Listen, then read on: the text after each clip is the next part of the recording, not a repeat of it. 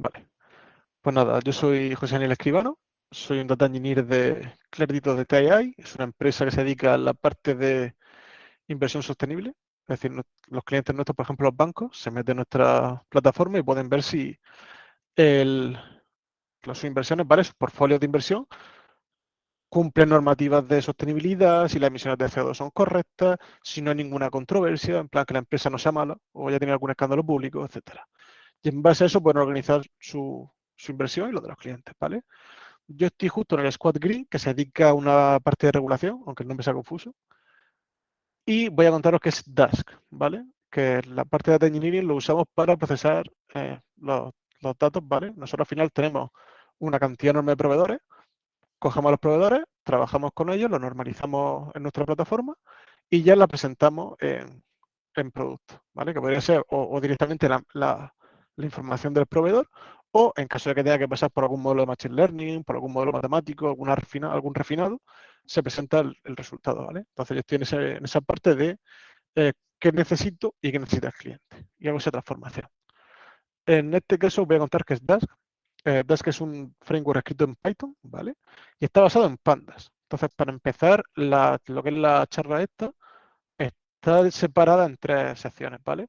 La primera que es pandas, para que quien no sepa lo que es pandas, pues oye, pues tenga una idea de qué es la base, ¿no? Sería el capítulo 1. El capítulo 2 ya entramos en el meollo de Dask y vemos pues todo lo que nos ofrece el framework y cómo funciona, cómo trabaja internamente, etcétera. Y la última, que es lo que pensará mucha gente, porque no es Spark, ¿no? Que también es el como cuando tú hablas de procesamiento distribuido, Big Data, tal, casi todo el mundo piensa lo primero en Spark directamente, ¿no? En este caso, pues, en, en Clarity no se decidió usar Spark por ciertos motivos y compararé un poco los dos frameworks, ¿vale? Como no quiero coger y darle aquí la chapa y trillaros la oreja, después de cada capítulo puedes dejar un momento para preguntas, ¿vale? Por si tenéis alguna duda, porque a lo mejor hay gente que no ha trabajado con Panda y surge alguna duda o alguna historia, o de Dask, algún concepto no queda claro, levantéis la manita después y se pregunta, o lo podéis escribir por el chat y lo vemos, ¿vale? Pero no quiero que esto sea hablándole a la pantalla. Si tenéis alguna duda en cualquier momento, mano arriba, y si es duda así de algo en general, se para y se ve después, ¿vale? No quiero que sea un monólogo. Así que nada, vamos a empezar con Panda. Panda es una librería de código libre para Python, ¿vale? Muy usada, de hecho casi todos los cursillos de Crash Course son Data Science, Crash Course son Data Running, casi todos son con pandas, está muy extendida y se usa prácticamente, yo creo que casi todos los que trabajan con datos, antes o después han usado pandas, ¿vale? Es bastante sencillo de usar porque al final usa una estructura de tabla normal, como podría ser de SQL, pero ya en objeto Python, ¿vale? Y te permite pues, filtrados, transformaciones, operaciones de SQLite, como podría ser un join, un merge, cualquier tipo de rolling average, todas esas cosas se pueden calcular directamente en Pandas. Lo bueno de Pandas es que es compatible con un montón de sistemas de ficheros, ¿vale? Porque tú puedes tener una entrada que sea un CSV, ¿vale? Entonces le das un CSV o puedes tener un fichero Parquet o incluso creo que llega a poder bajarse HTML y parsearlo, o JSON, cualquier cosa, ¿vale? Es decir, tú no tienes por qué tener todos tus ficheros de entrada en el mismo formato. Y luego es tan conocida que además es súper, está muy extendida y se usa un montón. Entonces tiene una comunidad muy fuerte detrás. De cualquier característica que necesites puedes pedirla. Siempre hay un tutorial, siempre hay alguien que ha hecho algo. Es como, puede ser SQL, ¿vale? Para el acceso a datos, que al final es súper extendido y todo el mundo conoce SQL de una manera o de otra. Pues con Pandas pasa un poco esto, ¿vale? Ahora, cosas malas de Pandas, ¿no? No todo es maravilloso en esta vida. Incluso el propio creador de Pandas, ¿vale? El Wes McKinney dice que una regla así de rule of thumb, ¿no? De gordo, sería que lo interesante para Pandas es tener de 5 a 10 veces el tamaño de RAM de lo que ocupe tu fichero. Ejemplo práctico, si tú necesitas un giga, pues necesitas entre 5 y 10 gigas de RAM para poder trabajar con ese fichero de manera eficiente, ¿no? Con lo cual ya el creador te está diciendo, ojo, cuidado que esto come, ¿vale? Esto no es gratis. ¿Por qué? Porque Panda al final es una solución en memoria, ¿vale? Todo fichero o todo dataset que tú cargues en Panda tiene que caber en memoria sí o sí. No, no es el típico que te imagina, por ejemplo, yo sé que en Microsoft R, si sigues usando ese, sí que tiene ficheros que te permite trabajar con ellos en disco, no en RAM. Pero Panda tiene que ser en memoria sí o sí. Luego no tiene ninguna planificación de consulta. Es decir, Panda, si tú le dices ponme esta columna 1, esta columna te la pone 1, o si tienes que sumar dos columnas, no te busca una manera óptima de hacerlo. No está optimizado. Son transformaciones a pelo, ¿vale? Y luego no es capaz de funcionar de manera paralela o distribuida. No escala bien. La única manera de escalar es, pues, tristemente, más hierro, es decir, más RAM. No tiene otra manera de trabajar. Y luego aquí un poco lo que es la API de Panda, que es todo lo que nos permite decirlo, tiene temas de series temporales, funciones de ventana. En resumen, es decir, no voy a contar lo que hace cada función, porque al final, cuando tengáis que poner a trabajar con ellos, si queréis, uno podemos hacer un taller de Panda en Notebook o alguna cosa aquí. Al final, es igual que trabajar con SQL. Simplemente que va a trabajar con SQL usando una interfaz de API de Python con Panda. Y puedes hacer prácticamente de todo. Incluso yo me atrevo a decir que puedes hacer más cosas que en SQL o de una manera más elegante. ¿Vale? Que es lo interesante.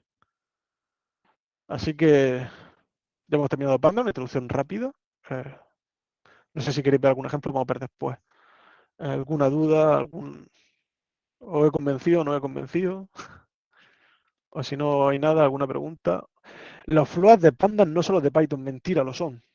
Eso, por ejemplo, eso está muy interesante. Pandas, el gran problema que tiene es que pierde información con los floats. La transformación, el típico problema de conversión se lo come. Es fuerte, es decir, creo que le puedes meter el decimal de todas maneras. Entonces, cuando tú metes el decimal ya no te va a pasar.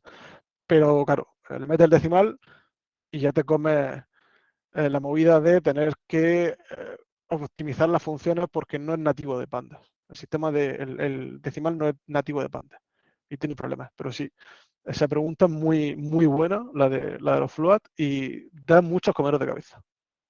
Vale. Se pueden diseñar las tablas. No veas a Pandas como una. Es decir, no es un motor es una librería. Entonces tú te cargas un fichero y ese fichero te lo carga en una tabla. Tú no quieres generar relaciones, no generas eh, un modelo relacional con ellos. Simplemente cargas un fichero en formato tabla. Como si tú haces el típico import CSV a un motor de base de datos. Sería algo así, solo que en vez de ir al motor de base de datos, va a un objeto de memoria en pandas, ¿vale? Con el array ese tal, no sé, ahora lo miramos, no quiero abrir el enlace aquí en medio, luego esa pregunta la dejamos para el final, ¿vale? Y seguramente no me conoce. Sí. Sí, no, a ver, no, Pandas no es bueno, voy a leer un poco la pregunta, ¿vale? Está enfocada para ETL y análisis, pero para una persona y no grandes equipos. No. Pandas al final es una librería. Es como quien usa un conector de lector de JSON o cualquier otra librería que necesites en tu sistema. Pandas trabaja con data frames. Y tú tienes tu ETL o tu código y lo trabajas tú, ¿vale? Y yo te puedo subir, tú haces un commit, yo hago otro, te puedes bajar el repositorio. No deja de ser no deja de ser una librería más, ¿vale? Dentro de tu código. Tiene todo su control de versión, etcétera y todo, ¿vale? El nombre de panda del animal, pues la verdad es que no lo sé. Yo nunca me he tenido esa cuestión. Yo imagino que sí, que como en Python todas las cosas son así. Si Python es una serpiente, pues dirán pues pandas, pues para. Es lo que tiene sentido, no sé. A lo mejor vieron los bambús como columna y dijeron, pues mira, oye, pandas. Pero sí, es algo, no sé, algo distinto. Simplemente un nombre, ¿vale? Sí, tiene sentido. Lo de los bambús, me lo acabo de inventar, pero yo creo que seguramente el Maquini este pensó lo mismo. Así que nada, voy a pasar ya a Dash, que es lo gordo, ¿vale? Dash es como ya el hermano mayor de Pandas, ¿vale? Donde nos queda Pandas corto, metemos Dash. ¿Qué hace Dash? Lo mismo que hace Pandas, paralelo. De hecho, van a ver lo fácil que es convertir de una versión de Pandas a una versión de Dash. Simplemente coge trabaja por encima de Pandas. Entonces, todo el potencial que te da Pandas te lo da Dash, pero multiplicado por lo que tú necesitas. Él está compuesto de dos partes, fundamentalmente, algunos realmente son tres, pero dos partes muy diferenciadas. Por un lado tenemos el scheduler, ¿no? Que sería lo que es la lógica de ejecución, el que se encarga de coger nuestro problema, ¿vale? El problema que nosotros hemos descrito, trocearlo y ejecutarlo, ¿vale? Bueno, no exactamente, esto es un poco de mentira, luego lo veremos, porque no lo ejecuta el scheduler, pero es que se encarga de organizar el trabajo. Y luego tenemos lo que serían las conexiones paralelas, que es, vale, ¿cómo podemos organizar ese trabajo? ¿Cuál es la mejor manera de organizar este trabajo? Porque no es lo mismo trabajar con array, porque podemos trabajar con arrays, que trabajar con tablas, como sería el data frame, que trabajar incluso con código Python arbitrario. Es decir, que esto se lo come. Tú le puedes meter, yo quiero paralizar mi código Python y puedo probar con Panda. De hecho, un ejemplo claro es en Clarity, nosotros para validar los esquemas, es código Python tal cual sobre Dask. Y nos paraliza mejor que cualquier sistema de validación de esquema paralizable. No ha funcionado. A lo mejor hay otra solución mejor, por supuesto, siempre. Pero a nosotros eso no está funcionando muy bien. Lo más importante, ¿dónde fallaba Panda? En la memoria. ¿Qué es lo bueno de Dask? Que, bueno, me da igual la RAM que tenga, porque yo puedo trabajar por encima de tu nivel de RAM. Yo, de alguna manera, me salto esa limitación de RAM, haré volcado a disco, no lo haré, lo mandaré a otro sitio, pero yo la limitación de memoria no la tengo. Me lo creo y puedo ir para adelante. La segunda parte, Pandas al final trabaja en una máquina local. Entonces, toda la paralización y toda la optimización a nivel de hierro, de lo que sería de recursos que puede usar Panda, es aumentando los recursos de la máquina donde se ejecuta. Dask no. Dask llega al siguiente nivel y dice, si no puedo en una máquina, con dos seguro que sí. Y puede ejecutarse en un clúster. ¿Vale? Y lo más importante, le da igual dónde esté el clúster. Le digo que esté en el cloud, que sea un premise. O que no haya clúster, o que el clúster sea el propio hilo de ejecución. A él le vale. Es muy flexible en ese sentido. Luego está muy bien pensado porque el coste entre cambiar de Dask a Pandas es casi cero, debido a que su API está construida para trabajar de la misma manera y escribirse que en Pandas. Con lo cual, cualquier usuario que ya tenga soltura con Pandas puede meterse en Dask y no necesita cambiar nada.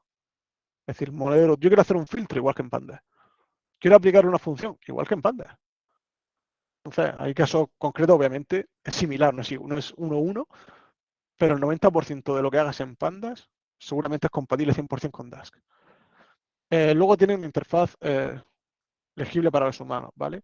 Panda es muy oscuro, Panda siempre tiene maneras de ver qué está pasando y tal, pero aquí no, aquí te da herramientas para que tú puedas depurar, para que tú puedas ver qué está pasando en este momento, qué tareas se me están ejecutando, dónde tengo un problema en la memoria, o simplemente, ¿qué voy a hacer? ¿Vale? Porque Dask tiene evaluación perezosa. No es como Pandas. Tú en Pandas le dices, esta columna la quiero multiplicarla por dos y te la multiplica. Dask no. Dask dice, bueno, yo sé que lo quieres hacer, pero cuando te haga falta ya me encargo yo. Es decir, no es, eso es perezoso. Solo te carga, solo te hace la ejecución cuando le hace falta. Y bueno, sí, lo de el soporte a la API de Pandas. ¿Vale? Mira, son 3 pasos, literal, para cambiar un código que esté funcionando en Python, en Pandas, a Dask. El primero, meter Dask en nuestro entorno de Python, ¿vale? En nuestra dependencia. El segundo, importar la estructura de datos, la clase. Y la tercera es donde ponga PD del importe de Pandas, poner DD de Dask, DataFrame. El código de la derecha, que aquí vemos, eso ya está funcionando en Dask. Quiero decir, yo puedo tener todo mi trabajo hecho con Pandas, se me queda corto porque bueno, va a crecer mi volumen de datos y necesito meterle más espacio, más memoria, me sale muy caro seguir metiéndole RAM a este PC o simplemente por limitaciones físicas yo no puedo. El coste de la nube es brutal, con lo cual, bueno, me voy a un modelo distribuido. Todo el trabajo que tiene que hacer un desarrollador es cambiar esa librería.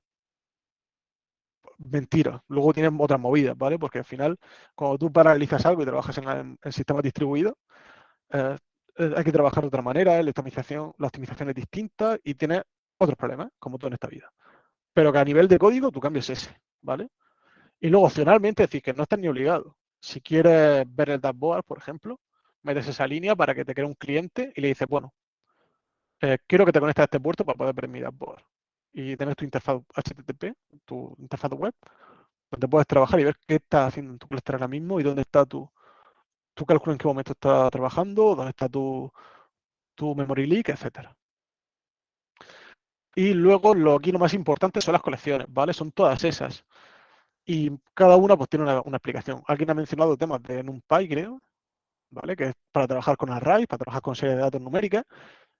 Dask tiene una vertiente que es Dask Arrays, que simplemente lo que hace es, vale, trabajo con NumPy, que es lo que todo el mundo conoce y sobre todo que casi todo el mundo trabaja, y lo distribuyo luego paralelo. Ya está. Tiene su estructura de datos perfecta para eso. Ejemplo de uso, procesamiento de imagen. No deep learning de me genero imágenes, no.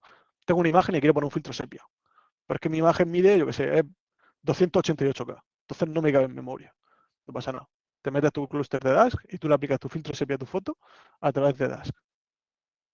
porque al final las imágenes no dejan de ser arrays muy largos, arrays de números. Entonces todo cálculo numérico sirve. Simulación matemática, puedes hacerlo por aquí. Cualquier modelo de procesamiento, el típico modelo matemático, lo puedes meter por aquí. La simulación de Monte Carlo puedes distribuirla perfectamente. Luego tiene data frames, que es cuando, vale, mi trabajo es trabajo con tablas, ¿vale? No trabajo con arrays, sino que trabajo con estructuras estructuradas, ¿vale? Pues tienes tu data frame, que sigue los principios de pandas para que sea fácil de adaptar y puedes trabajar con tablas.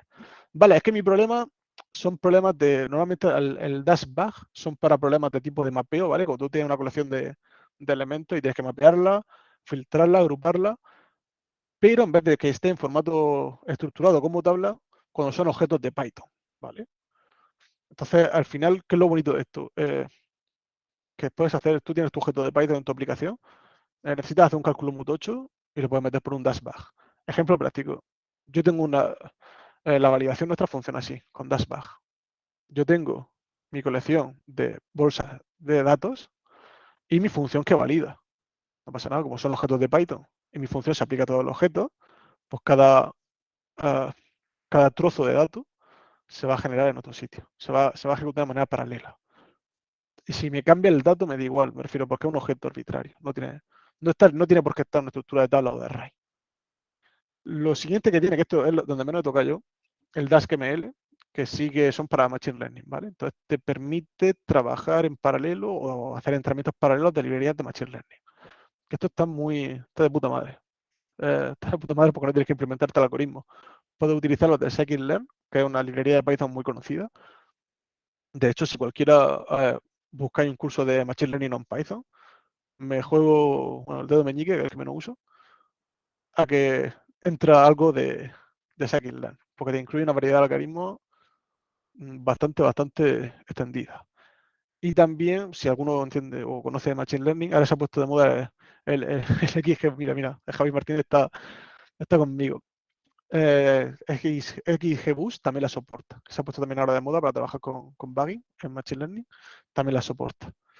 Luego tiene el Delete que es son estructuras de datos para trabajar para realizar código de Python, pero fuera de esas funciones de filtro o de mapeo.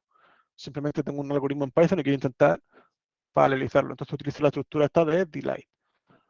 Pero no, yo no he visto casos en los que funcione muy bien, porque al final, claro, las otras estructuras de datos sí que son problemas típicos de paralelizar. Por ejemplo, un mapeo lo puedes hacer en paralelo. Un join lo puedes paralelizar, un group by también.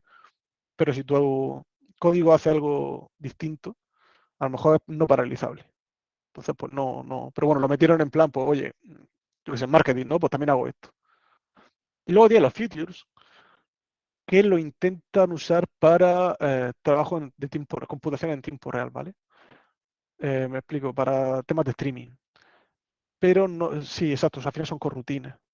Los features son corrutines. Entonces, claro, no es una solución muy elegante para real time, pero oye, pues al final creo que fue en plan, oye, pues tengo que meter real time, ¿vale? Porque toda otra suite de distribuido, de procesamiento distribuido ya me está incluyendo real time, pues oye, tengo que dar una solución para este tipo de problemas. Creo que de todos los artículos así que he visto, solo uno lo usaba, ¿vale? Un caso muy particular de una gente que trabajaba en temas de IoT y utilizaba los features estos para generar un dashboard en Kibana, en tiempo real. Pero me parece una solución de sobreingeniería, prefiero. Puedo buscar artículos, lo debatimos un día si queréis, pero es el único así caso que he visto claro, de utilizar esa librería.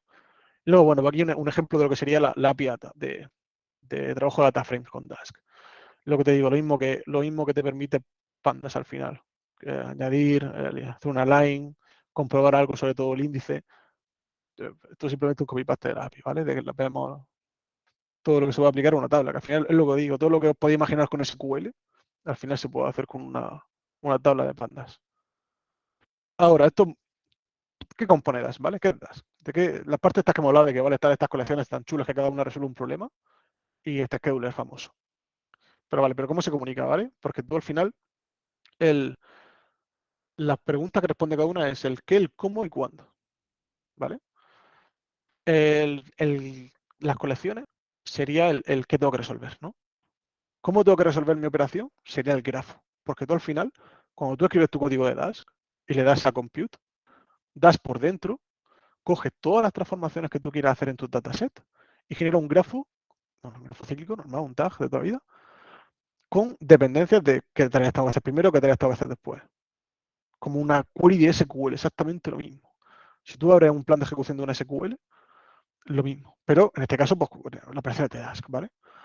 Y lo último, el cuándo, serían los schedulers, que se encarga de decir cuándo, sería cuándo y dónde. En la scheduler de Celery, no, son schedulers propios de Dask. Son, son, tiene distintos modos de ejecución también, por si lo quieres paralizar, por si no, etcétera. Pero son algoritmos propios de Dask. Del propio framework te ofrece una serie de schedulers. Pero el scheduler lo importante no es cómo funcione, sino la flexibilidad que tiene, ¿vale? Porque yo estoy trabajando en mi máquina local y yo tengo un scheduler que me permite trabajar en distribuido en mi máquina local utilizando los hilos.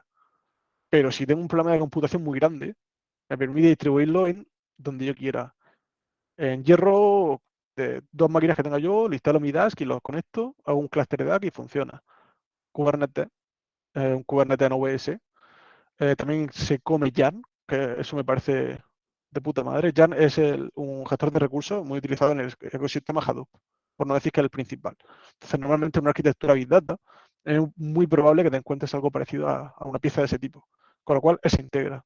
Y luego en clústeres de alto rendimiento, estos de centros de cálculo y tal, también. Entonces, lo que significa que él te resuelve el problema y le da igual dónde, que es lo bonito. Si yo ahora mismo me puedo permitir o no, o he empezado, vale, pues tengo una máquina, un servidor que no uso, puedo empezar en ese servidor perfectamente. Se me queda corto, venga, monto otro.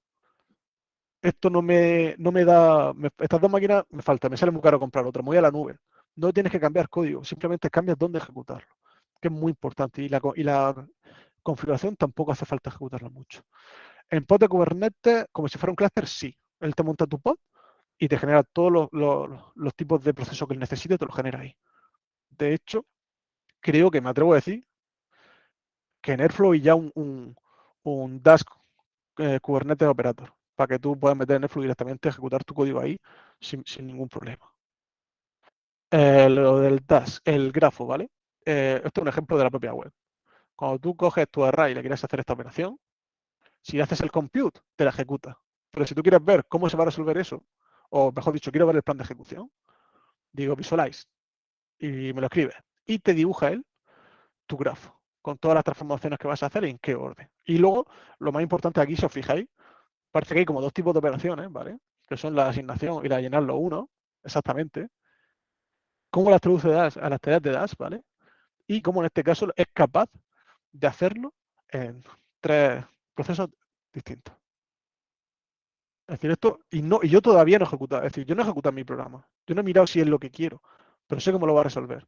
Entonces, si veo ahí algo, esto ya claro, el cómo esto, como siempre, ¿no? Es como cuando una SQL te va mal y tienes que optimizarla, pues magia, ¿no? Ahí haces uso de haberte mucho tiempo trabajando con SQL y saber dónde tirar o indexar, etcétera. Esto es igual. Esto es un proceso de magia, esto es un arte. Lo de optimizar los grafos, esto es un arte. También es verdad, lo que pasa es que yo no lo veo muy útil, seguramente sí lo haya. Dash te permite hacer correcciones sobre el grafo de ejecución. Te permite hacer, como decirle, forzarle a comportarse de una manera o de otra, como podrían ser los query hint de SQL Server. De alguna manera te permite hacer algo parecido. No investiga mucho porque estoy convencidísimo que si Dash dice que esto se tiene que ejecutar así, es infinitamente más listo que yo y se debe ejecutar así. Pero, no sé, siempre hay algún gurú o alguien que dice, oye, no, esto es lo así, y es capaz de hacerlo. Así que también tiene la opción. Y luego aquí nada, un poco un ejemplo de una lazy evaluation, ¿vale? Sí, lazy como en Norla, yo no sé si, bueno, aquí muchos de vosotros no conocéis los Pokémon. Bueno, es un Pokémon que siempre es muy perezoso y siempre estaba durmiendo, ¿vale? Entonces, este es un ejemplo de una ETL que puede hacer en Dask, ¿vale? Fijaros que todo está hecho con tuberías, con los pipes, porque Python te permite utilizar ese enfoque funcional para encadenar las transformaciones. Y al final, cuando tú le pones ese código de Python, que al final es normal, todo ese código es Python normal, yo no he simplemente he usado el API de Dask, pero eh, con código Python normal. Una ETL picada. Él te lo traduce a las tareas que él tenga. Es decir, te genera ese grafo. Y en el momento que le dices, compute, en este caso yo lo que estoy haciendo es, guárdame el fichero aquí y me guarda el cómputo. Pues si luego no, te va a guardar el objeto DAS, no el cómputo, ¿vale? Aunque internamente es suficientemente inteligente como para saber que se está haciendo ese objeto, lo que quiere es el resultado, no un objeto de Python, pero te lo genera. Y ya en ese momento es cuando empieza a hacer los cálculos y empieza, venga, tarea 1, la ejecuto, me voy a la 2, me voy a la 3. La ejecutas todas hasta que la guardes. Como puede ser, por ejemplo, Spark hace lo mismo, tiene sus transformaciones hasta que no invoca una acción, no ejecuta nada. Luego hay una manera de optimización, porque hay truquillo, ¿vale? Esto es un truquillo que me ha pasado a mí, por ejemplo, cuando tienes que hacer algunos tipos de join, cuando tienes un dataset muy pequeño, etcétera. Esto sobre todo se da mucho en el mundo de datos, que tiene un dataset muy grande y lo tienes que hacerle un join con un dataset muy pequeño. Lo que hace es, este dataset pequeño, le haces un persist, en este caso, que es, vale, guárdamelo y me lo distribuye. Entonces, de esa manera, cuando tú tienes tu dataset grande y se hace trozos para ejecutarse, el pequeño se manda una copia a cada ejecutor. No se comparte el objeto.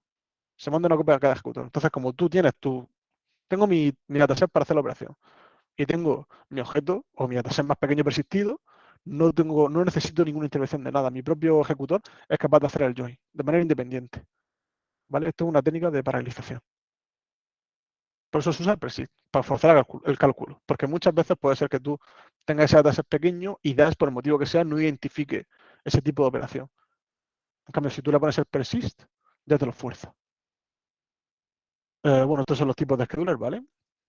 Todos los que tiene. Esta presentación creo que la hice, bueno, mira, en 2021, porque aunque ponga 2019, ¿no? Hace a lo mejor 6 meses o más. Bueno, esto ha cambiado y tiene otra cantidad absolutamente nueva de tipos de clústeres, pero como digo, lo que he comentado, Jan Hadoop, Cloud Providers, Kubernetes, fíjate que incluso para una propia máquina ya tienes 3 métodos distintos de ejecución, que puede ser, o lo ejecuto en hilo, distintos procesos, o con un proceso único, ¿por qué no? Si no quiero o no tengo la necesidad de distribuirlo, ¿por qué voy a estar metiendo carga al sistema o al equipo si no me hace falta para probar lo que estoy haciendo? Esto es una flexibilidad para mí. Yo creo que lo más importante de Dash es esto, porque te permite moverte de un lado a otro y no tener que cambiar código, ni cambiar configuraciones, ni cambiar nada. Ahora vamos a ver cómo funciona un sistema distribuido, ¿vale? Tenemos nuestro scheduler, que llega a ser pues, el típico jefecillo, ¿no?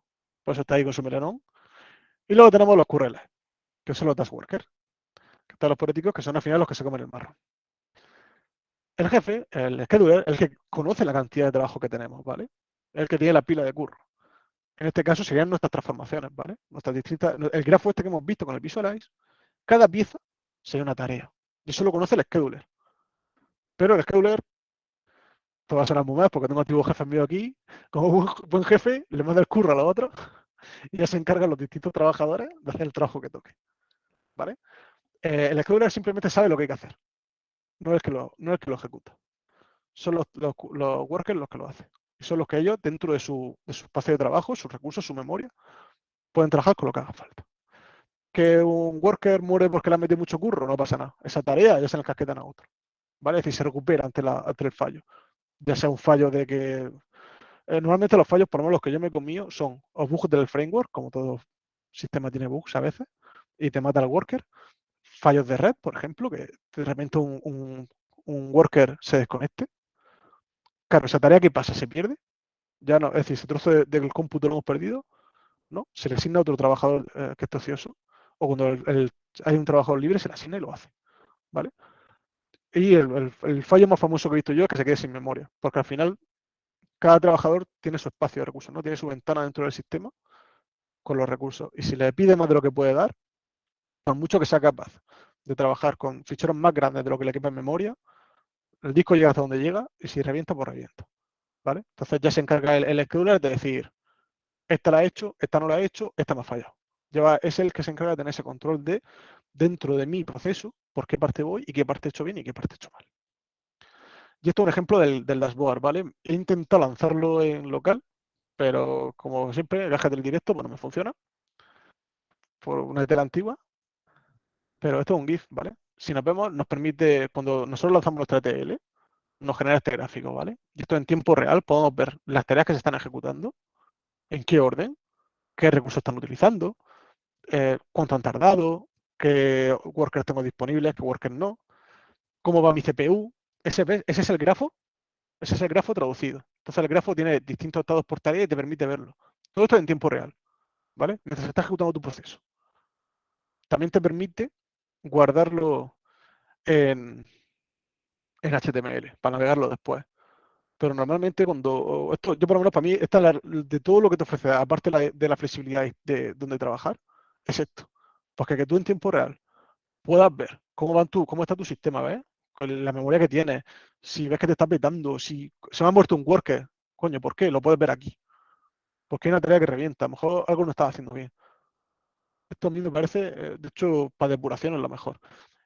Que es lo jodido. Ahora, esto es la versión antigua, ahora está mucho más chulo, ¿vale? Ahora el grafo este sobre todo está mucho más chulo porque te pone el nombrecito de la operación, tiene más colorines, más información, te permite hacer hover y ver más cosas.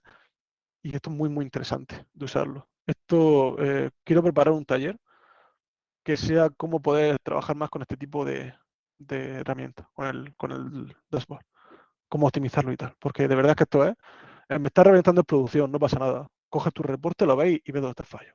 Aparte, da una información muy, muy importante. Y ya lo último sería comparar Dash y Spark. Pero bueno, si tenéis alguna pregunta, creo que hay una mano levantada. Así que ha sido mucha información, con lo cual si algo no queda claro o tenéis dudas de cualquier cosa, lo volvemos a ver. Sí, hola, tengo una pregunta, José Luis. José o Daniel, no sé cómo Sí, llamarte. José, Perdón, no pasa nada, sí. perdón si hablo un poco mal.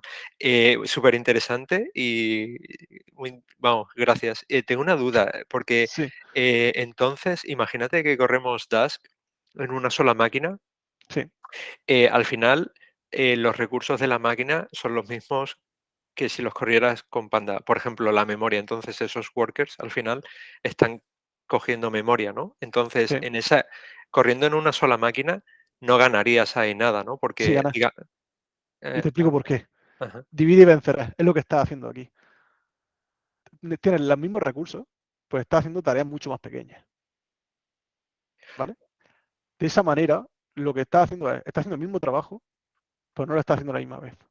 Entonces, es posible que tú la operación que quieras hacer en Panda exceda la memoria, pero si esa operación la haces en 3 veces, una, después otra, después otra, sí te da tiempo a hacerla. Vale, salvo que necesites todo el Claro, espacio de datos, que entonces sería igual, ¿no? claro, Prácticamente. en el caso de que esa operación no se pueda partir o que la partición no te quepa en memoria de ese worker, es cuando peta. Porque tú puedes tener, es que esta transparencia es el ejemplo claro. Tú puedes tener estos dos workers trabajando en su espacio Ujú, y este está ocioso, ¿vale? Si están los cuatro trabajando a la vez, por el motivo que sea, te va a reventar, porque no tienes espacio para todas las tareas, ujú, ¿vale? Pero si lo vas haciendo en trocitos más pequeños y vas dejando, es decir, es preferible que este tío descanse, ¿vale? A que por intentar hacerlo todo de golpe no pueda llegar al final. Entonces, eso es lo bonito de la computación distribuida. Es un divide y vencerás, pero en vez de ser el divide y vencerás del algoritmo de poda, es divide y vencerás de trabajar con datos, ¿vale? De hacer operaciones sobre data frames o sobre tablas. genial. Y bueno, no me quiero, no Sí, sí, sé. sí, sí, Tengo, adelante. No. otra pregunta es, claro, estaba viendo ahora en la documentación que se pueden tener los datos en AWS o Azure o Sí, ¿qué diferencia bueno, de performance encontráis, ¿no? Porque claro, eso tiene que imponer una penalización de tiempo, ¿no? En la operación entre un pandas y esto, ¿no? vale, Porque al final tienes que ir a red, tienes que ir al servicio, los datos tienen que volver. Eh, entonces, en tu experiencia, ¿cómo has visto vale. ese delay? Vale, en mi caso particular, para mí, como lo ejecutado, nosotros trabajamos todo en AWS, ¿vale? Con lo cual, para mí, todo eso es prácticamente inmediato. Es decir, yo como lo trabajo en todo en Kubernetes, mi pod de Kubernetes tiene acceso a mi S3 y el tiempo es prácticamente, es decir, el acceso al dato, el tiempo es despreciable, es el mismo, es muy pequeño, ¿vale? Donde yo veo que Dask le saca partido porque al final, a ver, lo que no quita es que tú, si tienes que mover un giga de datos, muevas un giga de datos. La diferencia es cómo lo mueves. Puedo mover el giga de un lado a otro, es decir, yo puedo coger una pila de libros así y moverla, o puedo ir libro a libro. Dash lo único que hace es ir libro a libro, pero no quita que de primeras tú tengas que coger esa pila de libros, ¿vale? Es decir, el trabajo es el mismo, la diferencia es cómo se hace. No sé si respondo a tu pregunta, porque es lo que te digo, el cargar un fichero es lo de menos. Lo único que sí que he notado diferente de Dash con respecto a Pandas, y por ejemplo yo trabajo con el formato Parquet. que te permite guardar ficheros en disco y distribuirlos, ¿vale? Directamente, en vez de que sea un fichero muy grande, que vaya particionado en disco. Eso sí mola, porque Dask lo que hace es que le asigna un trozo de... cuando tú lees un fichero, Dask por defecto no te lo particiona si tú no se lo dices. Tú le tienes que decir, oye, no, esto me lo partes en 20 trozos, 5. Normalmente es 2 veces el número de CPUs que tengas, así como truco así general, es lo que, es lo que se suele poner. Pero si tú tienes un fichero de una y no está particionado, ese fichero sigue siendo una entidad entera. Y si no lo reparticiones, sigues teniendo tu cantidad entera. Pero si ya viene particionado, la lectura se puede hacer en paralelo y directamente como que se manda al worker, ¿vale? Es decir, se lee, va todo en el mismo flujo. No tienes el problema de, venga, cojo el fichero, lo parto y ya te di tu trozo. No, tú coges tu trozo porque sé dónde está tu trozo, ¿vale? Tiene más magia por ahí, por cómo trabajar con el fichero o la estructura del fichero en sí, que realmente lo que hace es a la información. Genial. Pues muchas gracias, José. Nada. Miguel, ¿qué? Buenas tardes, José. Lo Buenas. primero, muchas gracias. Muy claro todo. Llega un pelín tarde, pero creo que he pillado lo que hay. Justo te has quedado en la parte que más me interesaba, ¿no? Si me tienes que convencer que no utilice Spark o que no utilice Databricks, incluso mejor que Spark, ¿por qué? ¿Por qué utilizar Dash? Me refiero a lo que has comentado, por ejemplo, del no sé cómo el grafo este que dibujabas, Sí, que no deja de ser el plan de ejecución que está haciendo, sí, eso está introducido, estos grafos están introducidos en Spark dentro sí. de los datasets y los data frames desde hace 5 o 6 versiones. La primera pregunta es esa, por planes de ejecución y todo eso, ¿no?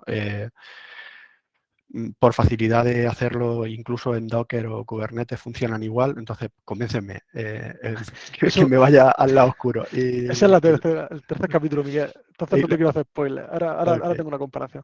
Porque no te Y voy a la, convencer porque a mí DAX todavía no me paga. Cuando me pague te diré, sí, sí, tú vente para acá, que este es el bueno. Pero de no, a mí momento no. tampoco me paga Databricks, al revés, me cobra, pero por saber.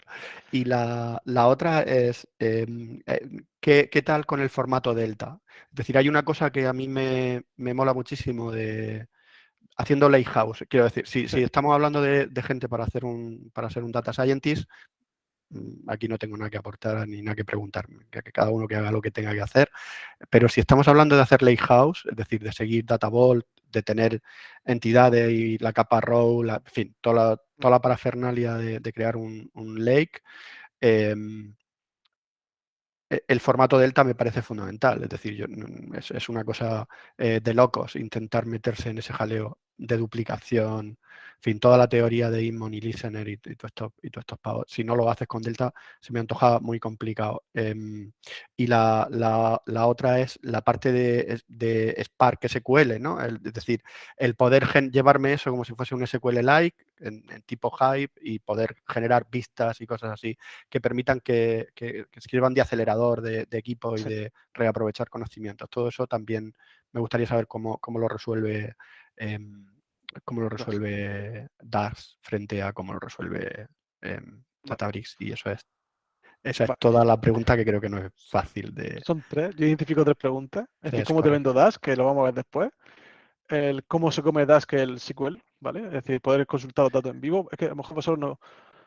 Lo digo porque lo que te permite Spark es poder consultar los datos en tiempo real. Mientras tú estés haciendo una computación, tú tienes un dataset definido, te query ese dato, ¿vale? Sí, pero no solo eso, sino que cuando tú tienes un dataset, aunque sea en memoria, si le dices create or replace view, temporal view, tú tienes acceso a ese dataset, mientras que, no sé, Exacto. y lo puedes utilizar en SQL, hacer join de ficheros Parquet con otros ficheros Parquet, todo ese tipo Sí, de aproximaciones. vale. Y se me quedaba una última en la Mira, recámara. son Cuando has cuatro. hablado de streaming, sabes que en Spark tú puedes suscribirte ahora a carpetas, ¿vale? Y Sí, decirle que se dispare, de manera que él internamente monta un mecanismo que incluso si tú bajas el clúster de Spark porque estás en computación en nube y no quieres pagar lo que vale tu clúster, cuando se levanta vuelve a comenzar, con lo que, digamos, vivir en el mundo híbrido como si tuvieses el cold path y el hot path toda la misma vez, eh, se me hace muy sencillo, se me hace muy fácil en Spark. ¿Cómo se resuelve eso en DAX? Sí que lo vale. resuelve. Pues Ya Dask me callo, perdón. no lo resuelve, así te lo digo, ni la parte de SQL, ni la parte de esta última que has comentado, ninguna de las dos. porque Entonces va no a está tener pensado. difícil vendérmelo. Claro, es que resuelve otro problema, ¿vale? Efectivamente no la resuelve, pero claro, el caso de uso, el por qué usamos Spark o no, el Dask en Clarity es distinto. Entonces, claro, luego lo veremos en la comparación también, entonces no me quiero adelantar mucho. Simplemente esas dos cosas no las resuelve porque no está pensado. Esto, aunque sea para procesar datos, al final no deja de ser un sistema de cálculo numérico, ¿vale? No deja de ser eso de poder hacer cálculo numérico y como la computación es muy pesada, la quiero distribuir. No deja de hacer eso. Otra cosa ya es que ese cálculo numérico está basado en tablas, está basado en array, etcétera. Es un cálculo numérico. Y la parte de delta, me atrevo a decir que no está soportada, que es una cosa que yo echo de menos. Y es una cosa muy buena que tiene Spark, esa integración directa con Delta, con el formato Delta. Creo que Dask no lo soporta. Pero tampoco te lo quiero decir, porque lo mismo hay alguna librería por ahí de algún grillado que lo soporte. ¿Vale? Entonces tampoco me quiero pillar las manos. Eso sería mirarlo y ver si lo soporta. ¿Vale? Entonces, de tus 4 preguntas, 3 las dejamos para después, ¿vale? Aunque creo que 2 ya están respondidas. Pero eso, Delta no sé si lo soporta. ¿Vale? Habría que verlo. Luego Sam me ha preguntado si Dask permite dejar las tareas para calendarizar en un servidor y con un scheduling cada una vez todos los días a una cierta hora. Eso no se encarga Dask. Dask al final es un framework de solo cómputo. Si tú necesitas temas de orquestación o de scheduling, tendrías que irte a un orquestador. Podría ser, por ejemplo, usar Airflow, Luigi, o creo que Azure tiene su propio, Amazon también tiene el propio. ¿Vale? Son problemas distintos. Al final, Dask te resuelve el trabajar con el dato y transformar ese dato. No el problema de cuándo hay que trabajar con ese dato. ¿Vale? El cuándo habría que hacerlo necesitaría otra herramienta. En nuestro caso, se hace con Airflow. Nosotros tenemos nuestro Airflow, entonces tú, cuando necesitas, cuando requiere, por ejemplo, tú sabes que un proveedor todos los días a las 7 de la mañana te actualiza algo. Entonces, tu tarea de Airflow, tu Dask de Airflow, no creo que todos los días a las 7 lanzará tu proceso Dask. Y Dask cogerá los datos del proveedor y los procesará para dejarlo donde tenga que dejarlo. ¿Vale? Es decir, son dos problemas distintos. ¿Alguna pregunta más sobre Dask? ¿O pasamos ya a lo que es la comparación? Vale. Vamos a pasar a la comparación. Esto está copiado y pegado de la propia web de Dask, ¿vale? Te lo dice él directamente. Las diferencias son los lenguajes con los que puedes trabajar. Spark te permite trabajar con distintos lenguajes, lo cual a mí me parece guay, porque siempre que tú puedas facilitar al desarrollador utilizar una característica de algo, está bien. Dask es, entre comillas, por Python, ¿no? No te permite usar ese otro sistema. Spark, como con todas las características que cuenta Miguel, Spark es más un ecosistema por sí solo, ¿vale? Es decir, Spark te permite trabajar dentro de Spark con todas las características de Spark. Dask es una parte de un ecosistema. Entonces, Dask es una solución de la stack PyData, o una de ellas, ¿vale? No como Spark, que ya te dice, bueno, si tú usas Spark o Databricks, me da igual, yo te ofrezco todo mi sistema, y dentro de mi sistema, pues trabajas con todas estas características. La diferencia es la integración. Si tienes que trabajar con Spark, pues ya sabes que tienes que montar un Grigay o simplemente contratarlo. Y Dask, pues bueno, si tu sistema, por ejemplo, el caso de Clarity, en Clarity no había data engineers, ¿vale? Hasta que hubo uno, fue mi jefe. Y todo el tema de las pipelines de datos y todo el tema de llevar el dato a producción lo hacían Data Science. Pues obviamente la gente de Data Science es muy buena haciendo modelos y trabajando con transformaciones y tal, pero no es capaz, no tiene ese punto de vista ingenieril para poder llevar un sistema escalable o sistema sostenible, etcétera. Para eso estamos los data engineers. Pero claro, tú al final te das en la situación de que tienes un sistema que está escrito en Pandas, en nuestro caso, y que se te está quedando corto y que tienes que buscar una manera de poder seguir trabajando con eso en el siguiente nivel, ¿vale? Pero tampoco puede, Clarity es o era, no tengo muy claro todavía si sigue siendo una startup. Entonces tampoco puedes perder tiempo en rehacer todo lo que ya estaba hecho. Solución, pues coño, pues usa Dash, que te permite, por lo que ya tienes, te permite paralizarlo. De mejor o peor manera, vale, perfecto. Pero ya te da una solución. Ya, es decir, el problema cambia. El problema pasa de ser a tengo que reescribir todo mi código y toda mi lógica a tengo mi lógica paralizada, ¿me vale? ¿No me vale? Tengo que optimizarla, ¿vale? El esfuerzo es menor. Luego Dash se usa tanto para BI y transformación como para cálculo científico. Spark está más orientado al BI tradicional y a SQL, ¿vale? Por eso te permite las vistas estas en tiempo real, etcétera, ¿vale? El acceso a vistas y consumir el dato en caliente. Dash te permite utilizar librerías súper comunes en Data Science, como puede ser Scikit-learn y XGBoost, están soportadas y te permite también utilizar NumPy. Es decir, es cálculo numérico, me da igual el tipo que sea, simplemente es cálculo numérico. Spark tiene su propia librería de ML, ¿vale? Entonces hay algoritmos, por ejemplo, que si no están implementados en su librería, pues ya sabes que no te queda otra, no puedes utilizarlo. Que no digo, a ver, que seguramente con toda la capacidad, con todos los algoritmos que te dé Spark, te sobre y te baste para hacer lo que necesites. Pero si utilizamos uno en concreto o alguna librería nueva, pues puede ser que no esté soportado. Luego Dash es una solución cercana al streaming, ¿vale? No está pensada para soportar datos en streaming. Pero, como lo digo, como otros frameworks lo dejan, como por ejemplo Spark, pues te da una solución parecida. Spark sí te soporta streaming, sí te permite, como ha dicho Miguel, te permite consumir de carpetas, te permite consumir de colas, te permite procesar esos datos en real, ¿vale? Conforme llega, en caliente te los procesa. A ver, no entiendo conforme llega como una cola como tal, que es decir, tiene una pequeña ventana de tiempo, pero las ventanas son segundos. Y te permite hacer query en caliente sobre los datos que te están llegando. Dash, pues, lo que te digo, lo hace con esa manera, con ese parecido al streaming, y yo creo que no es muy buena ni muy intuitiva. Spark, por lo que he visto y por lo que he tocado, son query estilo SQL. Entonces, en 4 o 5 líneas te define una query de streaming y de puta madre. En Dash ya te tienes que estar peleando con los futures, con el concurrent, etcétera. En ese caso, Spark tiene el punto ganador. Luego, Dash no soporta computación en grafo, ¿vale? Lo que sería hacer cálculo en grafo. Spark, por lo menos, tiene GraphX, que soporta grafos, operaciones sobre estructuras de datos de grafos. No el grafo que hemos visto de ejecución, sino, por ejemplo, tontería, la estrella, ¿vale? Si tú tienes que hacer una estrella sobre una estructura de grafos, con Spark lo podrías hacer y con Dash seguramente lo puedas hacer, pero tendrás que implementarlo tú.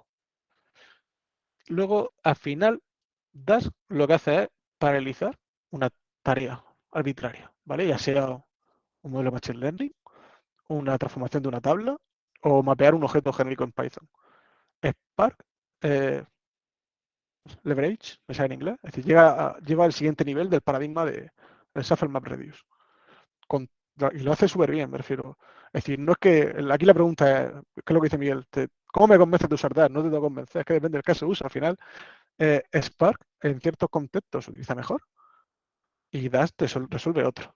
Yo, por ejemplo, aquí, si Javi Cal, que es compañero mío de Arenas, no se ha ido, estará diciendo, pero hijo de puta, con lo de hierro que me hiciste gastar en meter máquinas y el follón que tenemos de red con el puto Spark y el Hadoop, me podría utilizar el Dash que me habría hecho lo mismo. No.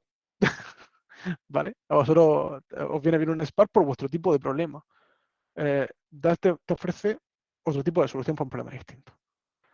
¿Vale? Al final es como todo, aquí no hay una solución buena ni una mala. Simplemente es pues, cuál resuelve tu problema mejor o tiene un coste menor para ti asumirlo, ¿vale? Yo, por ejemplo, ahora mismo estoy convencido que casi todos los modelos de Machine Learning en muchas empresas están implementados con alguna librería de Scikit-learn o XGBoost o ya se van a un fabricante en nube, que ahí ya, pues, bueno, pues lo que te ofrezca el fabricante. No sé las que usarán en Spark ML, me imagino que varias, pero si ellos de repente su dataset empieza a crecer, vale, los que usan Spark lo tienen resuelto, pero han tenido que pagar el coste de mantener y tener un servicio de Spark, aunque sea en la nube. Los que utilicen el Scikit-learn normal y necesiten, decir, joder, es que necesito mi predicción, que en vez de tardarme en entrenar el modelo 20 horas, es que la necesito en días porque tengo que utilizar una hora al día, lo que sea, me da igual el problema. Mi necesidad es antes, mi ventana de tiempo de espera es menor. Voy a probar con Dask, que ya me lo está soportando y el cambio que tengo que hacer es mínimo. Al final, Dask es como el hermano mayor de Panda y estas librerías que soporta. No deja de ser, me refiero, no deja de ser lo que digo, no es un ecosistema como Spark, que tienes como una suite preparada para todos tus problemas. Dask simplemente, bueno, hemos detectado que esto se ha quedado corto. Vale, perfecto. Yo estoy aquí para solucionar ese problema donde mi hermano pequeño falla. ¿Vale? Y esto un poco ya la comparación, aquí ya es toda pregunta o lo que haga falta. ¿Vale?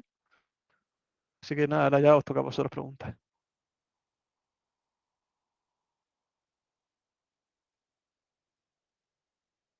Si no hay preguntas es porque o no habéis enterado o ha quedado todo demasiado claro. Yo creo que es lo primero.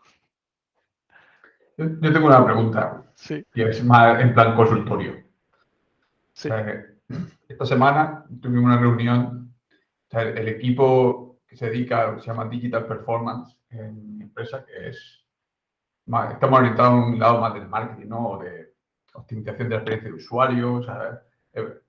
tratas de hacer experimentos A/B testing para mejorar la implementación de la aplicación, etcétera. Están interesados en empezar a moverse hacia Data Science. Y tenemos algunas personas en el equipo que tienen cierto conocimiento. Pero yo no estoy tan seguro de si va a ser posible de forma interna, a una forma, en tanto que el problema no sería excesivamente complejo, llegar a desarrollar un modelo. Es decir, el plan que yo le sugerí fue utilizar, ¿cómo se llama? BigQuery de Google para extraer datos y hacer pequeños modelos. O sea, si tú lo ves viable. Sí, ¿por qué no? Y utilizarías te meterías en una cosa como Dask o tal para No. tratar de hacer la cosa bien desde el principio. No, porque eso me ha dado una mosca a cañonazo. Prefiero, tu problema es mucho, tu problema es, vamos a ver si podemos sacar algo, porque te voy a hacer un spoiler muy feo, y es que te vas a encontrar el problema de la calidad del dato, que es el primer problema. Que vale, yo aquí puedo tener millones de filas y puedo tener teras de información. Ahora, de todos esos teras, ¿qué información me vale? ¿Cuáles de ellas son válidas? Ese es el primer problema que te vas a encontrar. Y el segundo va a ser, vale, de las que me quedan que son válidas, con esto realmente tienes la suficiente información, es lo suficientemente rico para poder darme la respuesta que espero. Entonces, yo no me metería en todos estos temas que son ya cuando tienes un problema concreto, que es la escalabilidad y el tiempo y los recursos. Yo me centraría en, bueno, con lo que tengamos, vale, aunque sea una mierda, me da igual, aunque haga una regresión a la mano, es que me da igual. Primero resuelve el problema y luego ya cuando tenga resuelto y el problema tenga la solución que tú esperas, entonces vamos al siguiente nivel y es, vale, vamos a distribuirlo, no vamos a distribuirlo, a lo mejor no te hace falta, a lo mejor por tu volumen o por tu caso de uso, no te hace falta llegar a estos extremos y te vale con lo que tengas. Entonces, yo empezaría, al final, no puedes construir la casa por el tejado, pues hay que empezar por el. Imagino que será haciendo el agujero para el sótano. Así que bueno, vamos a acabar el agujero y luego ya vamos llenando y conforme nos vaya haciendo falta, vamos metiendo capas. Esa es mi respuesta. Bueno, de todas formas, a mí me vendes en ese sentido Dask, porque evidentemente utilizaríamos pandas y utilizaríamos Scikit para empezar, con lo cual podríamos luego escalar en el caso fuera necesario. Claro, pero ese es tu caso. Pero por ejemplo, si tú tuvieras, imagínate que estás trabajando con Azure directamente, ¿vale? Porque tu proveedor de cloud es Azure. Por lo mejor no te interesa meterte con esto, con el Scikit y tal, y dices, pues, coño, si Azure creo que tiene una característica que me hace el modelo solo, que se hace por configuración, por lo mejor te interesa más eso. ¿Vale? Me refiero que es lo que te digo, que al final todo depende de tu situación y lo que tú necesites. No es que esto sea, no es que es decir, yo no quiero vender DAS, no, yo quiero contar lo que hace, ¿vale? Ya que cuando el día de mañana os tengáis un problema de este tipo, digáis, coño, si José nos contó que estaba esta herramienta y me viene genial para esto. Esta es la intención de esto. No es la intención de, este es, yo qué sé, esto es mi martillo, todos son clavos. No así, no así la cosa, ¿vale? Luego creo que Sam ha preguntado, ¿cuándo vale la pena evaluar Databricks? Yo creo que, como todo, pues dependerá si tu cloud es Azure, si tu volumen de datos es necesario, si quieres empezar a utilizar una tecnología como Spark para la ETL, ¿por qué no vas a utilizarlo? Me refiero, al final, es una herramienta y cuando un escenario, el que necesites, no es que haya un caso específico. Yo, por ejemplo, para Spark, hombre, si tú ya estás contratando Azure, pues sí me metería por Databricks y te olvidas, ¿vale? Si ya trabajas por ahí, pues bueno, pues meter un poco más de gasto, no se va a morir nadie. Pero, por ejemplo, si no tienes nada metido en cloud, yo sí montaría que fuera un pequeño clúster de Spark antes de meterme en Databricks. Por gastos, porque al final, a lo mejor meter dos máquinas o una máquina para Spark es más fácil que convencer a quien tengas de encima de que te tienes que ir a una nube y contratar a Databricks para hacer lo que quieras hacer. O a lo mejor que ni te hace falta el meterte en Databricks. A lo mejor con algo más sencillo como una ETL con Pentaho o con cualquier otro tipo de herramienta de ETL te vale. No hace falta ni siquiera que te metas en temas de Databricks. Javi. Hola, José, de nuevo. Sí, encantado. Gracias. Una pregunta, habéis dicho que lo tenéis en Kubernetes, ¿no? Sí. Entonces, porque quiero entenderlo un poco, ¿no? Vale. Es decir, digamos que hay el jefe que manda la orden, ¿no? Y los Sí. diferentes pods son los que curran, ¿no? en esos diferentes pods, ¿qué tiene que haber desplegado? ¿Una imagen o cómo está montado? Vale, esto funciona exactamente igual. Bueno, nosotros no lo usamos así directamente sobre Kubernetes, nosotros lanzamos una imagen en un pod, ¿vale? Ujú, Y todavía no nos ha hecho falta, es decir, con los tipos de máquina que tenemos nosotros, con el procesamiento en single machine, es decir, dentro de mi máquina que yo saco, ujú, para mí es posible realizar los cálculos que necesito. No he tenido que irme a distribuir en distintas máquinas. Entonces no ujú, me ha llegado el caso que dices tú. Pero al final, igual que Spark, igual que, bueno, Spark por lo menos que es lo que yo he configurado. Tú al final Dash lo puedes lanzar como lo lanzo yo, que dentro de mi código Python, o lanzarlo como servicio. Es decir, tú lanzas un comando de instalas tu entorno de Python ujú. en tu entorno virtual y le lanzas en tu imagen Docker Dash, no sé cómo es, Dash Scheduler no sé qué. Y te Vale. lanza tu proceso de scheduler. Y en tu otro spot tendrás que lanzar tu imagen con el proceso de worker. ¿Vale? Sería la misma imagen entonces. Sí, creo que va O así. una versión más ligera quizás, pero algo así. No lo sé. Es decir, no te puedo decir los detalles porque no. Yo sé que si tú miras la documentación, tienes te lo Vale. dice, vamos a decir, te dice, puedes lanzarlo así o puedes lanzar así. Igual que Spark. Tú el Spark lo puedes lanzar en modo nodo único, ¿vale? Es Ujú, decir, hago de workers y slave en la misma vez, o ujú, lo lanzo como worker, ujú. o lo lanzo como slave. Vale. Genial. Pero, ¿vale? Y ya se comportan de manera distinta. Genial. Y así brevemente, en temas de mantenimiento una vez desplegado en Kubernetes, ¿os da mucho problema o tira solo En y nuestro no tenéis que caso, mirarlo mucho? En nuestro caso, como trabajamos con volúmenes grandes pero no excesivos, a mí creo que el proceso más gordo que yo tengo son máquinas de 120 gigas de RAM. Y aún así, es porque el problema lo tengo en origen, no lo tengo realmente en Dask, ¿vale? Es porque mi fichero, cuando yo lo cargo, eh, se extiende demasiado. Entonces, al final, cuando yo lanzo mi máquina de 120 gigas, le estoy diciendo que son 5 procesos. Uno de ellos es el scheduler, que no ocupa nada de memoria, y los otros 4 son workers. Entonces esos workers dicen, ¿cuántos somos? 4. 120 entre 4 es el trozo de RAM que tenemos cada uno. Pero claro, como mi fichero no está particionado, por X motivo, Ahí las has dado, ahí las has dado. como mi fichero no está particionado, luego digo, como yo tengo la pila de libros entera, yo se lo cargo al primer worker. Empieza a sacar tareas, hasta que llega una tarea en la que no puede. Mi teoría es porque sé que va quedando datos ahí, no recolecta bien la basura, por el motivo que sea, o genera mucha, y al final llega un momento que el worker muere. Entonces, como te digo, ¿no?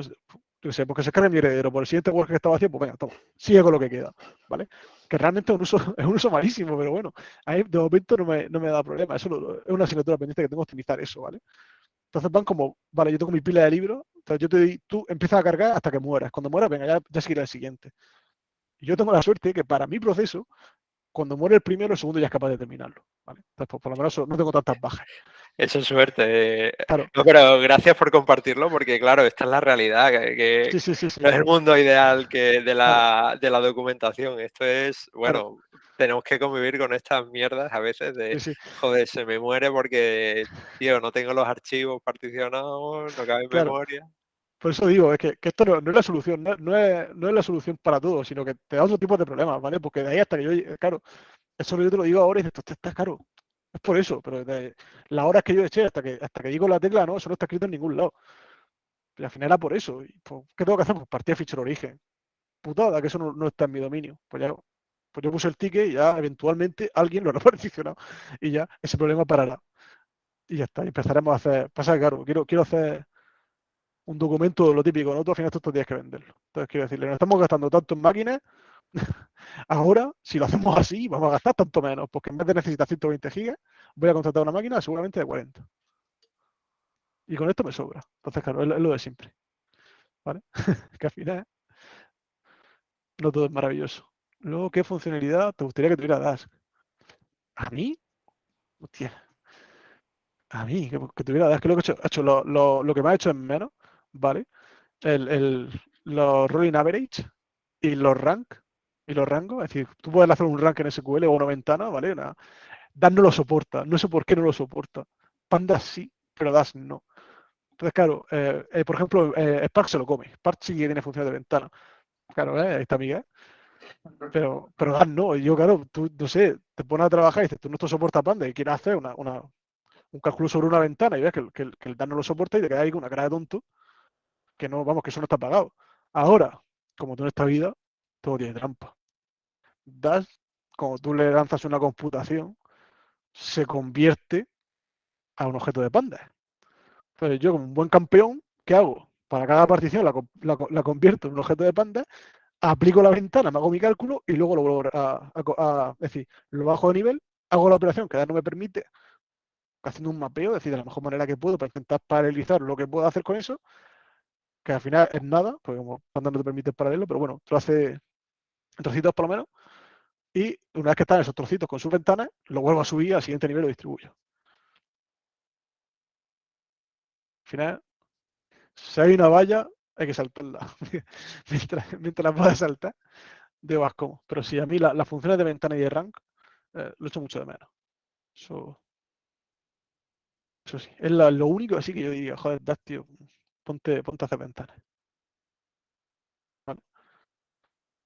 Y nada. No sé si alguien tiene alguna pregunta más o algo así que quiera compartir. Una curiosidad, cuando han dicho que 120 gigas de RAM ya pica, ¿de cuánto dinero estamos hablando? Así, por una cuestión de... ¿Dinero? No lo Sí, sé. No, a ver, no, gracias a Dios, para mí no es un dinero, es decir, para mí mi empresa no me dice nada, prefiero yo, tengo una suerte que, vamos, no está pagado en Clarity, porque para mí como que yo, si tienes la máquina disponible, úsala, ¿vale? Ellos no me han mirado todavía con el, oye, es decir, yo no tengo que llegar a final de mes y explicarle a alguien, al que paga la factura, por qué estoy usando esa máquina. No, yo la puedo tener ahí. Es para hacer una idea de los presupuestos que estamos hablando, así, cuando habláis de computar en la nube, ¿cuánto le está costando a la empresa? Es que no lo sé. Yo no lo sé. Por eso me quiero enterar, pero es decir, yo no sé lo que vale, porque no lo sé. Pero sé que seguramente lo puedo hacer de una manera más barata. Entonces, como buen profesional, yo quiero hacerlo barato. Prefiero al final, es la manera de hacer las cosas. Y en Clarity, pues, antes o después, tenemos que llegar a un nivel de madurez donde tengamos que trabajar con todos los ficheros distribuidos, particionados, de serie, y ya está. Que tú no quieres particiones, que quieres hacerlo todo de una, genial. Lees las particiones y los unes, ¿vale? Que también se puede hacer. Pero que queramos utilizar ese tipo de paralización y no podamos por el motivo que sea, ¿vale? Pues hay que empezar así. ¿Vale? Que luego digo, yo no sé lo que me cuesta, sé que nadie se queja, pero sé que puedo ahorrar trabajo y pues no sé, pues al final, también tú como ingeniero, ¿no? Si sabes que lo puedes hacer mejor, pues quieres hacerlo mejor, siempre. Quieres dar la mejor solución. Entonces, pues, tengo que hacerlo. ¿Está? Y sobre todo porque es un problema que estoy teniendo y quiero resolverlo. ¿Vale? Mira, ahí tenéis, por ejemplo, lo que cuesta una máquina de Spark. En mi caso son máquinas de Amazon tal cual, ¿vale? No sé, la instancia de Amazon.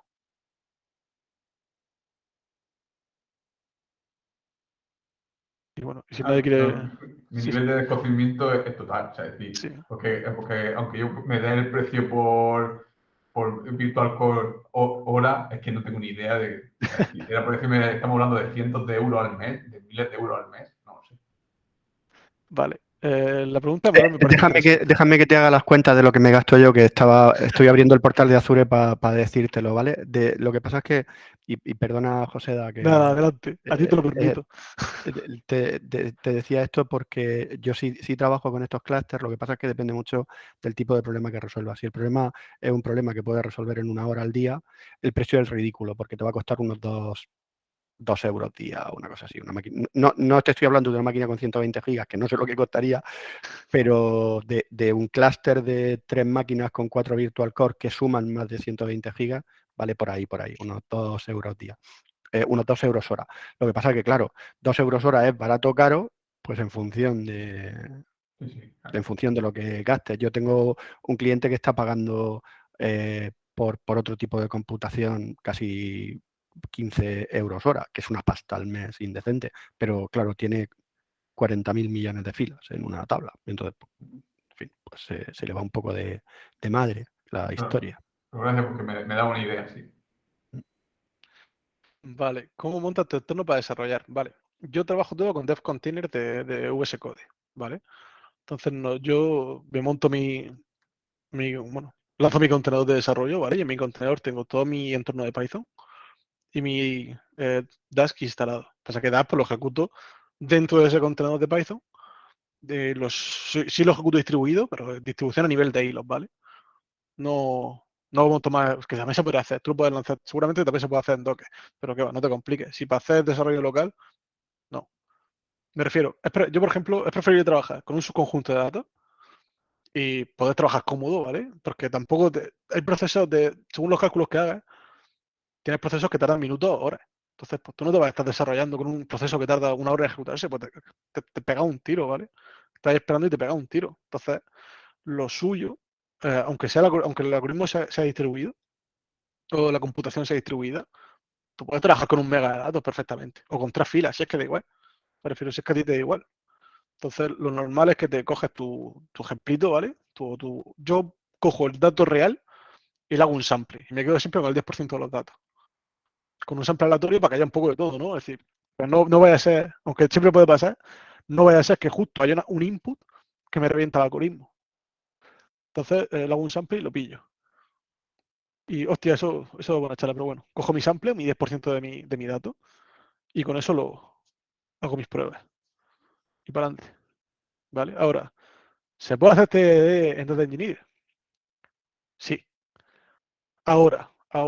Esto da para una charla aparte y da para muchas movidas distintas. ¿Vale? Por un lado, una cosa es que tú hagas un testeo de tu función de código, ¿vale? Es decir, yo puedo hacer una función que sea la suma y esa función es igual que un código estándar de un software normal. ¿Dónde viene el tema datos? ¿Vale? Que todo está el problema.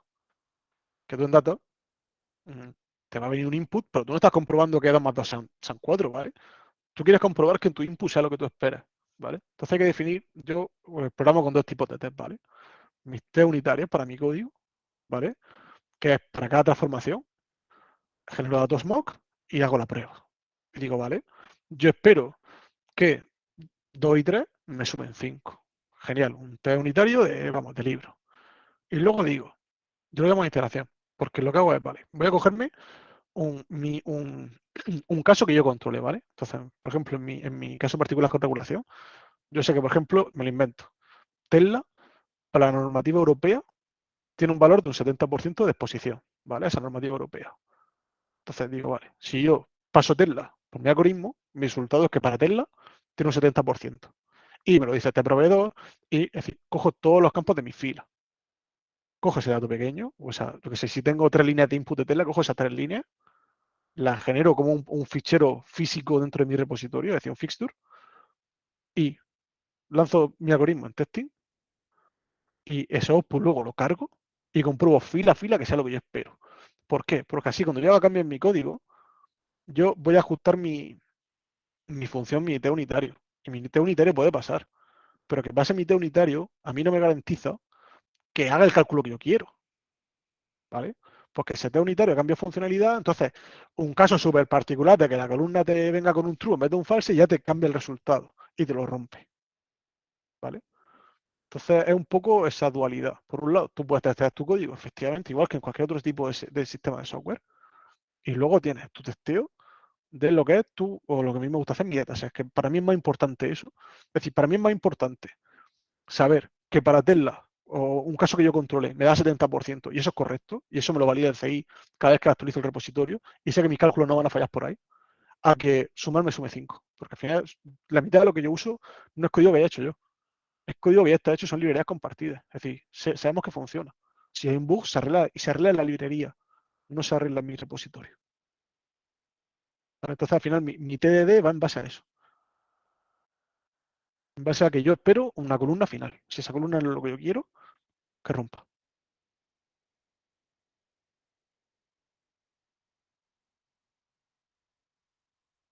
Y no sé, alguna pregunta más. TDD, en programming también se puede trabajar, por si lo preguntáis, no pasa nada.